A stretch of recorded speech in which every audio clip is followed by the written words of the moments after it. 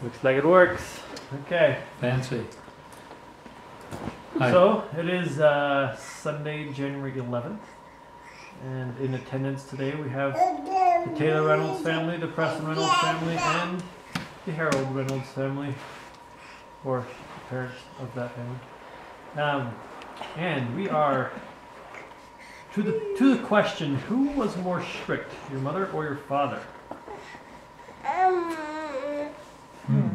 That's easy for me to answer. Well, I would have to say my father was more strict, but he was gone most of the time. Or was he? He traveled a lot with his work. He sold insurance, and when I was real little, he had a grocery store, and then he worked with Utah Woolen Mills and had 3 states that he covered selling men's suits. And my mother, being with the kids all the time, she was pretty strict. Yeah, it's called clever. It's called what's the word? Clever photography or creative photography. That's what this is called. Okay, there you go. Sorry, continue. I can see you. She was pretty strict, but my dad would say things once and we jumped. It'd take her 3 or 4 times saying it, you know. But she could be pretty strict too. I remember one time my brother and I, it was our job to make the beds in the morning. And on Saturdays we'd have to change the beds. But my mother had a little TV in her bedroom, and I remember one morning we did one bedroom and then we came into her bedroom and we flipped on the TV and we were sitting there watching TV, and she came in and she says, "Now you get on that bed and get it done." And so we says, "Okay," and we jumped up and we started getting up, but then we got involved in the TV again. She came in the second time and she had a fly swatter. She says, "You get busy and get this," and we started laughing, and pretty soon she was laughing with us. But our parents, we knew that they were the boss. We knew that. And I think we had a respect for them that you don't see a lot nowadays with kids and their parents. We would never argue. If they told us no, they meant no. We didn't sit and try and talk them out of it. We knew what our boundaries were and our limits. We knew we were going to get in trouble before we ever got home if it was something we knew we'd done wrong. So my dad didn't put up with anything. He said it once, and if we didn't move, we'd get a swat with it from his back of his hand or whatever. But Mother was more lenient, but then she had 5 kids, you know, and I'm sure she got worn down. Sure. Well, my dad was always working or doing church things. So he was gone most of the time. Mom was the disciplinarian. She wasn't one to say, "Wait till your father gets home." If something needed to happen, she took care of it right then and there. So back when I was a little kid, she used little paddles, like ping pong paddles. Only these were more like the little, you have a ball tied to a paddle with a rubber band, and that's what she would use on us, and if we needed discipline. And I don't know how old I was, 19 or 20 probably, when I took it away from her. No, not really. I did take it away from her. That was the last time she tried it, and I was probably 10. I was a little bit taller, so one day, and I can't even remember what she was upset at me for, but it seemed unjust to me, so He said, "You're not hitting me with that." And so she came for me, and I grabbed it and took it away. So she never used the paddle on me again, but she did my younger brothers. And honestly, there really wasn't much of that ever happened. It seemed like we were pretty obedient. So, More often than not, we'd just get a swat, you know, just a swift, Kick in the pants. yeah, kick in the pants. But we didn't, we were, yeah, it wasn't a thing that happened all the time. We knew that if we ever did get swatted or whatever, we'd done something pretty wrong. Gotcha. What? Oh, here you go. Do you have a vivid memory of something you did that you were disciplined for? the what? Do you have a vivid memory of something you did that you were disciplined for? Probably the one I remember the most was we lived on Center Street in Bountiful, and it had a gradual incline, and then it kind of went up a pretty good incline, and it was a wonderful sleigh riding hill. And we had had a big snowstorm. My dad was out shoveling the driveway, and I'd gone sleigh riding, and this boy that lived across the street, Lynn Bybee, I don't know what got under his skin, but we got up there, and he was saying some really mean things about my mother. And I put up with it for a while and just, you know, that's not true, and, you know, and kind of defended her. And finally, I had just had it. He had been swearing and carrying on and calling her names and things, and I finally looked at him and I said, "Well, your mom's a dumb..." So he got his sleigh and jumped on it and went right down to my dad that was shoveling the driveway, and told my dad that I'd said that. Well, my dad didn't care what he had said. And I thought it was pretty unjust because I was defending my mother, but my dad marched into the house and got my mother's brush and put me over his knee and swatted me with that brush about 4 times. That was the most controlled discipline I'd had up to that point. So you just can't trust your next door neighbors. So we had in our neighborhood, and this is again back in Hemet, California, we had a girl that was probably 2 or 3 years younger than I, Emmylou Jones. And Emmylou and her mother were members of the church. They just lived around the corner from us. But she was so obnoxious. She was just always obnoxious and doing things that just bugged us guys. She didn't associate any with my older sister, but my brothers and I, she was a tomboy. She always wanted to do what we were doing. And I don't know, this one day we got really upset with her. She just wouldn't back off. So we had a clothesline that had 2 posts with a metal bar, and then went down to another one on the other end, another 20 feet down the road, the backyard. So we grabbed her, and we had some ropes there for some reason. Tied her up, tied her feet, and then hung her from the clothesline by her feet. And my mother didn't think that was very humorous. So I remember getting disciplined for it. I don't know what it was. But my mom kind of understood. Kind of on your side.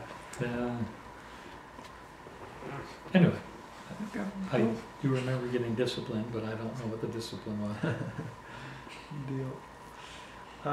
Did your parents have a good marriage? Good question. Shall I go first? You want to go? Go ahead. So, I would say they had a very good marriage. Dad was a patriarch, and in the full sense of the word, what he said is what happened. And Mom really went along with that. Later on in years, she had learned how to manipulate that system a little to get what she wanted. But yeah, I'd say they had a very good marriage. They loved each other and very supportive of each other. When my mother wrote road shows, things like that, she would always plan that my dad would work on the lighting and whatever. We had some amazing road shows that we did. And the special effects were always superb because my dad had all the equipment. Because he was an electrician, right? He was an electrical contractor, yeah. So he could create anything and did. Both of them always had church callings that were significant. It seemed like Dad was always in a bishopric. Mom was in the primary when we were young. She was in Young Women's when we were older, and Relief Society president after we left the home. So yeah, I'd say they had a very good relationship with each other.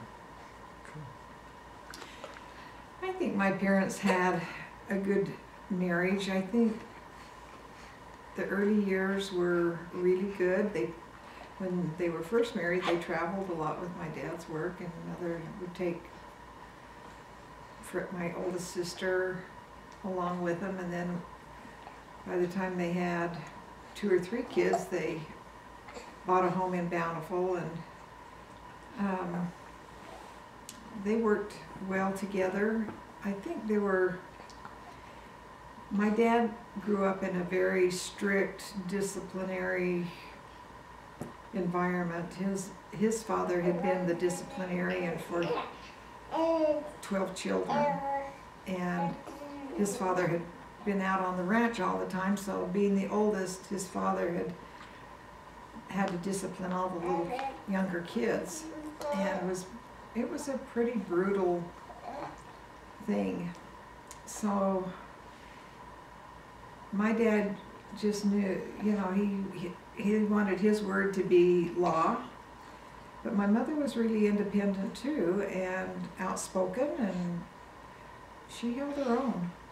I can remember some pretty heated arguments, but they were committed.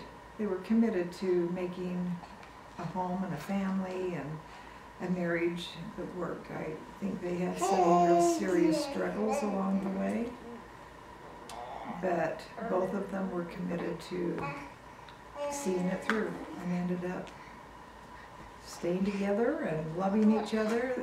They traveled a lot when they were retired and thoroughly enjoyed each other. I think there was a lot of real camaraderie and love, and always faithful in the gospel.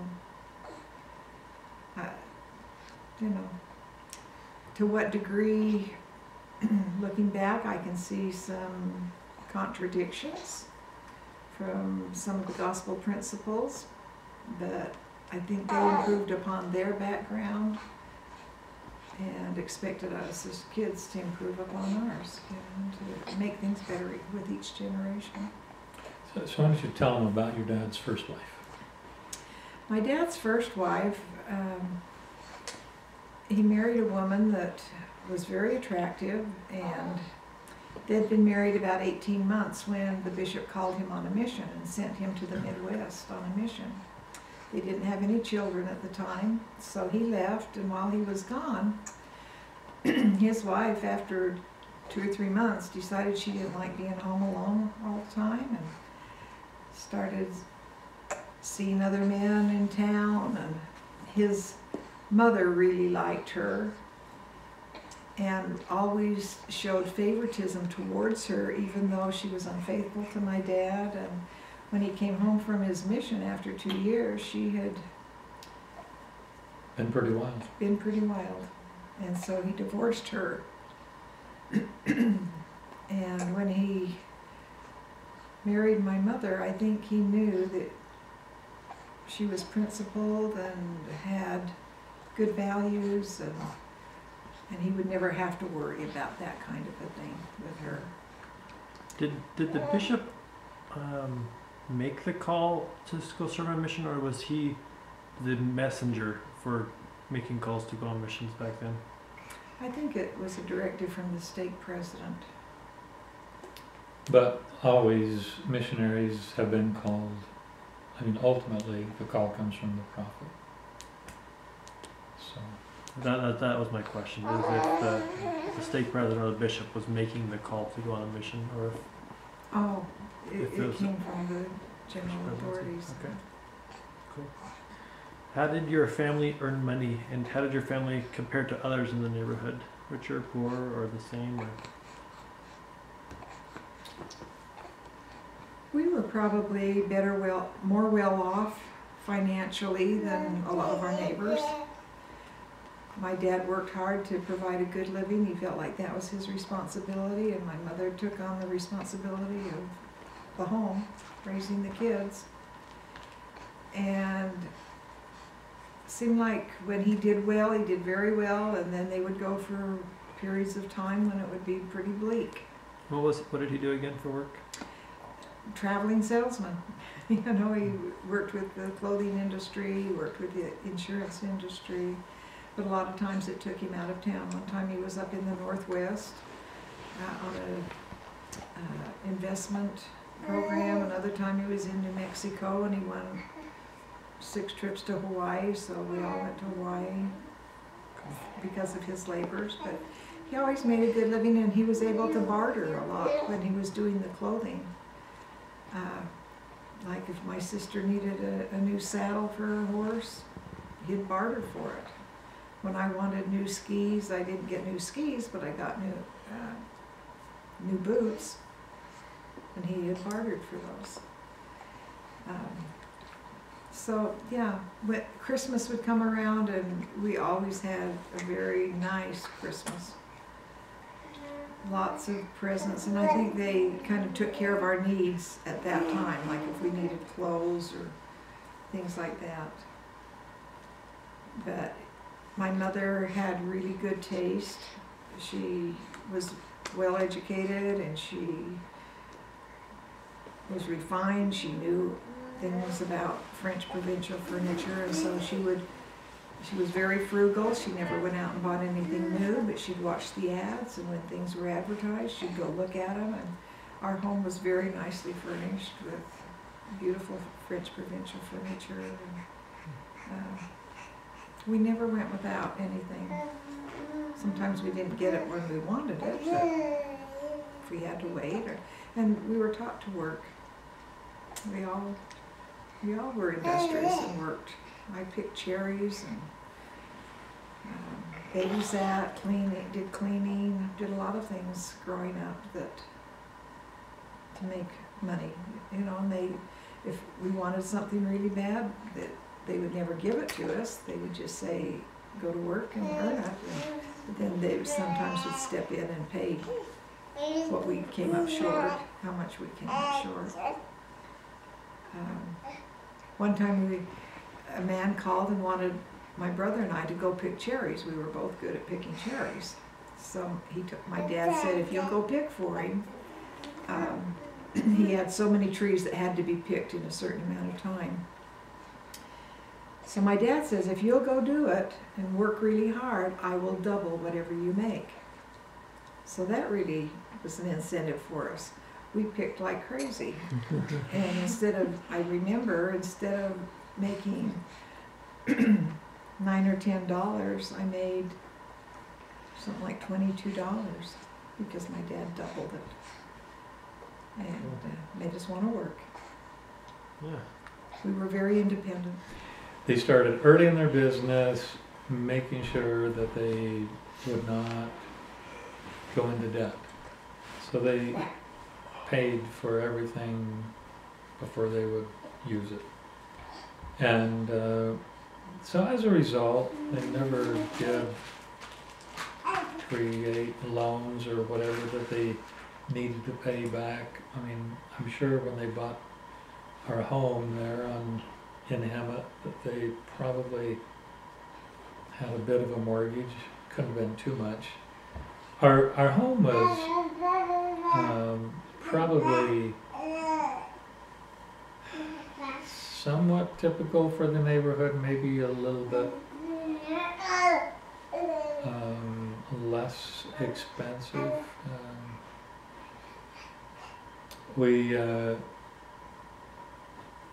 It seemed like when school started, we would get maybe two shirts and 2 pairs of pants and some socks, and that was going to be it for the school year, and it usually was.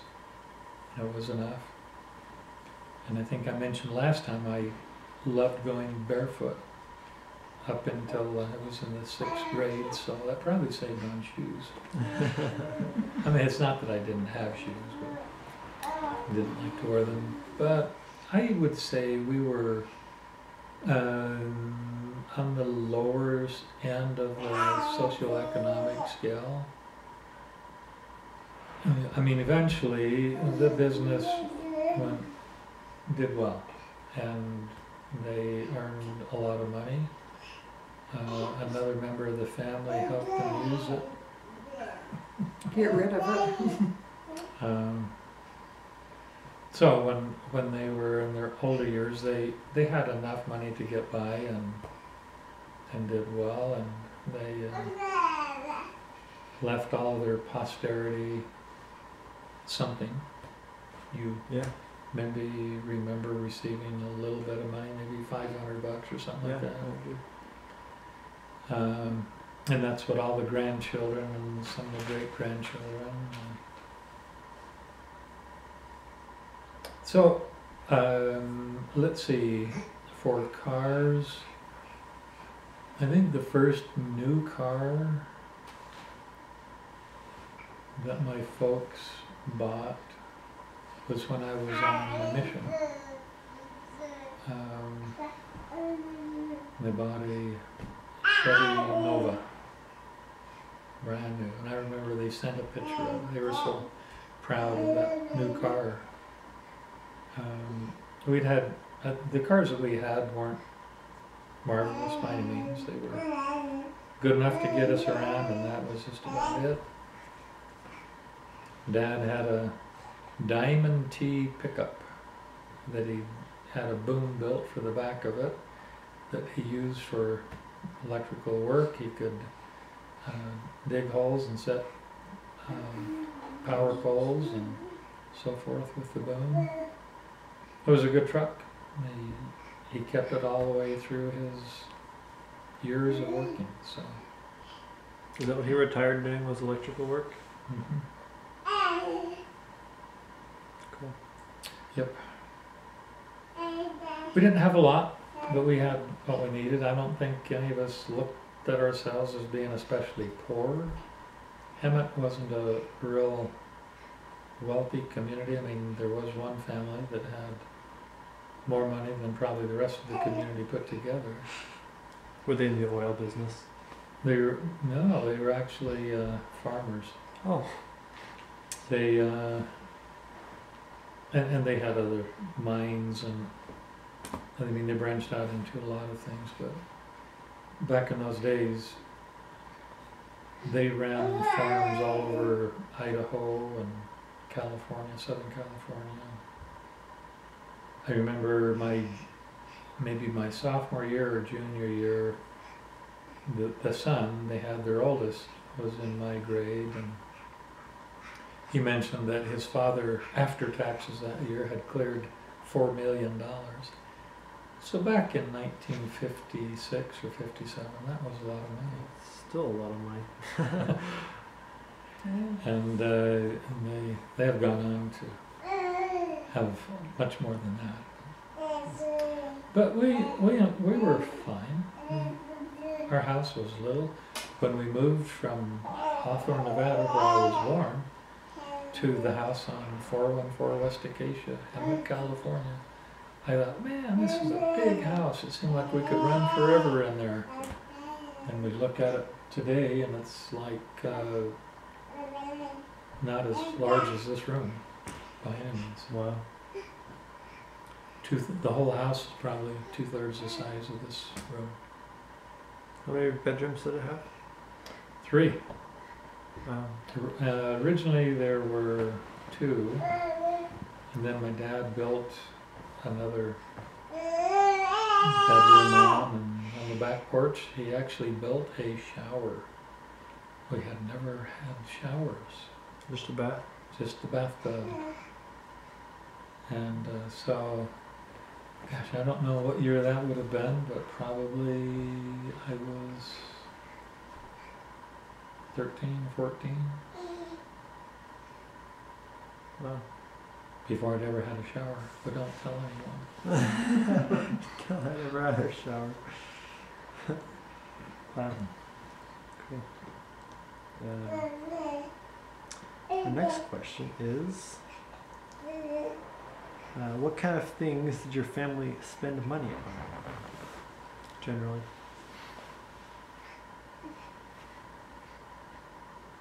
Our family spent money on the needs, The necessities. the necessities of life, food and clothing, and we took 2 or 3 vacations. We went to Catalina Island. So we rode on a boat over to the island and flew in this very small plane back.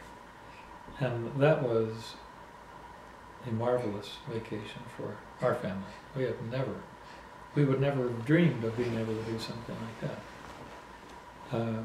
We also went to Yellowstone one year.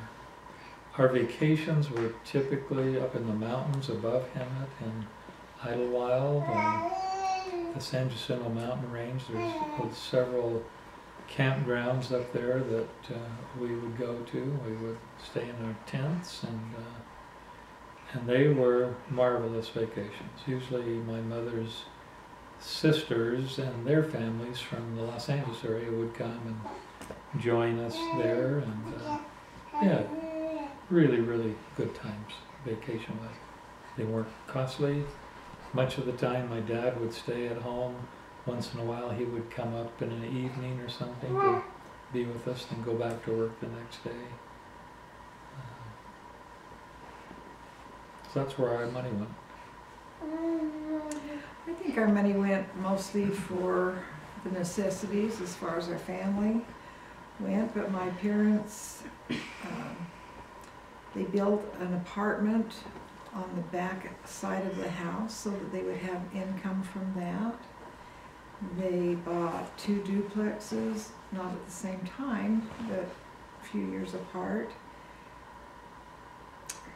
We always bought things on sale. My mother was a good seamstress, so we'd go shopping for school clothes and we would just look at the clothes and she would sketch out what they were, and then we'd go to the fabric store and pick out fabric, and she'd go home and make them.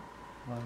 And I can remember many times girlfriends and people at school saying, "Where did you get that?" You know, she was very talented and able to create nice clothes for us. Sewed for all of us.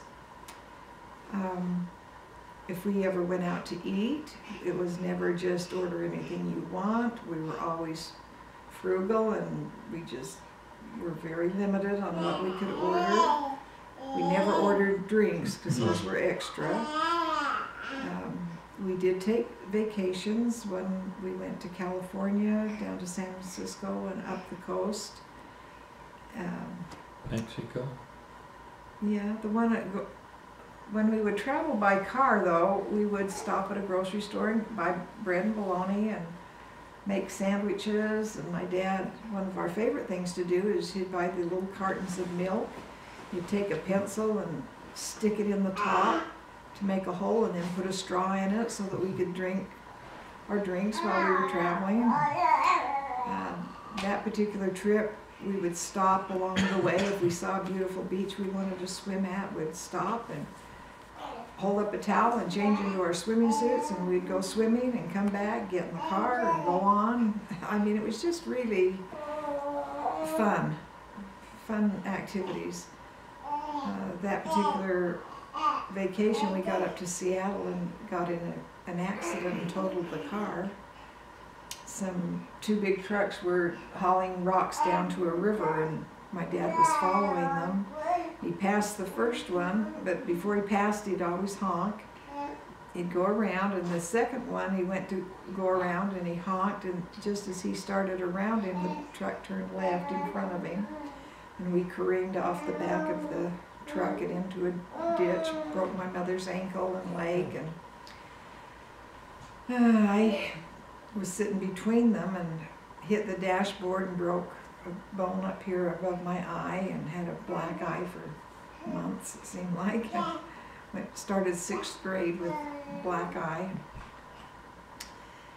But my dad always drove a nice car because in his profession he felt like he needed to look successful to be successful, and so he always had a nice car. My mother always had a good car to get around in with the family. A couple of times I remember him coming home with a new car for her. Once it was a Nash Rambler, and another time it was a Volvo, whatever.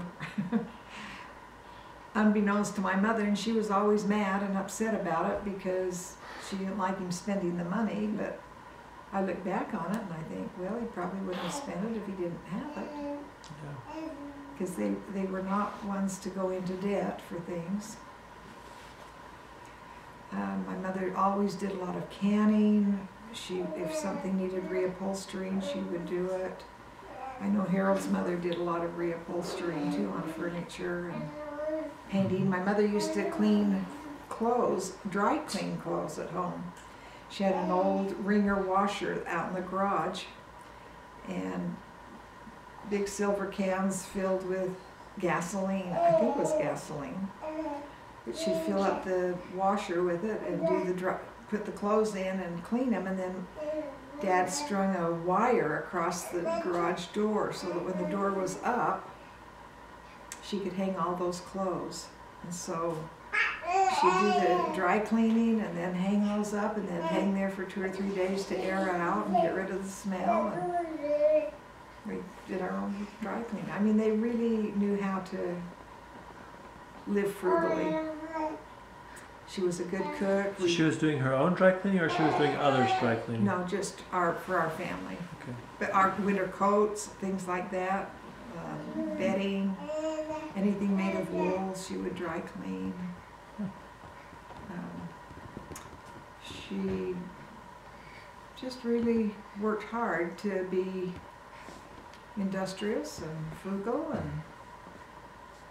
and we were taught to, I can't remember until I was in college ever going into a store and just buying something that I liked. We always shopped the sale racks, and I still do that. I still have a hard time just paying full price for something when I can find something on sale. Sure. Sure.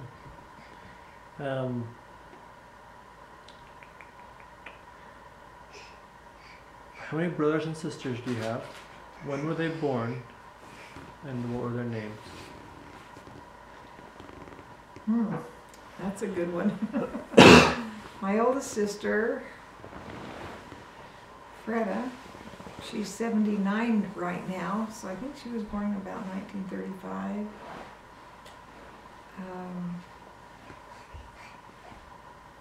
She doesn't seem that old. Yeah. Joanne was the second one. She must have been born in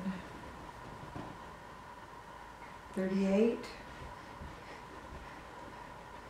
Carolyn was the third in line, and she, I think, was born in, is she older or younger than you? Older, Maybe 41.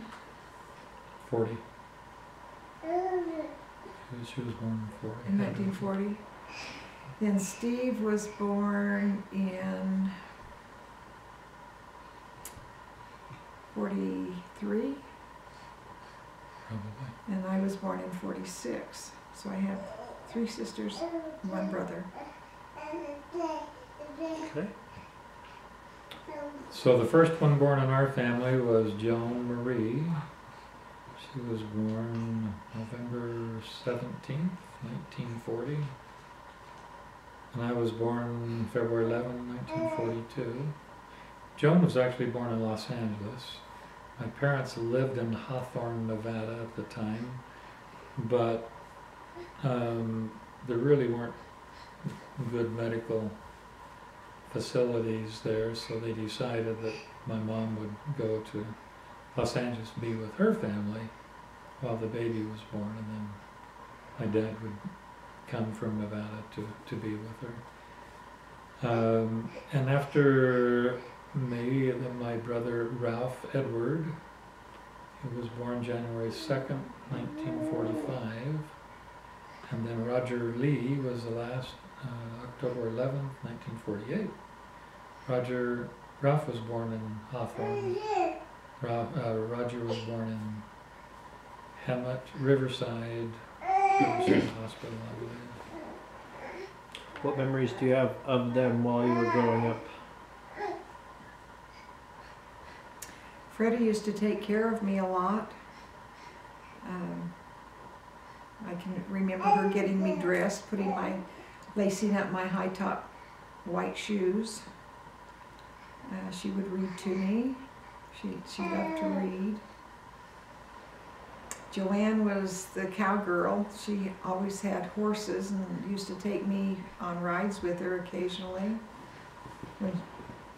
I don't really know what made her take me because she really didn't like to. But several times went up in the hills with her and riding. I remember when I must have only been about 7 or 8, she eloped. She was 16 and ran away and got married to a fellow who was 22 down in Las Vegas. That was a real hard thing. When she was 14, she actually ran away from home and got all the way to Kansas City to see a girlfriend that had moved back there. From Bountiful? From Bountiful. My dad when they finally found her, the police there, they suspected she may have gone back there, so the police finally found her and picked her up, and he got on the phone and he said, you have 2 choices. You can either give me your word that you will get on the train and come home, or I'll have them just transport you up to the State Industrial School in Ogden, which would be like going to jail. She said, she thought for a second, she said, I'll come home. So she came home. She and my mother didn't get along very well from the time she was little. It was just, Joanne was rebellious, mother didn't like her, not minding, and there was just conflict between them a lot. And, but she was fun. She had a lamb one time that she'd made a little harness for it, and it would pull our sleighs up the hill. Lammy was his name, but my dad raised things for the family. If we had pigs out in the yard, or if we had we had pigs and chickens and ducks one time, but they were for the family. He raised them to provide for the family. Food. So when Lammy got big enough, she came home one day and he was cutting up meat on the kitchen table and didn't think too much about it because he'd go deer hunting and bring home deer and cut them up. And, anyway, sat down to dinner and she realized it was lamb. And she just looked around and said, is this Lammy? And my dad just kept eating, and everybody just kind of looked around like, oh. Anyway, she jumped up from the table and ran to her room and cried and cried and cried. And my dad just wasn't a man of a lot of words, and he just sat there and eating, and I think he felt really bad because of that.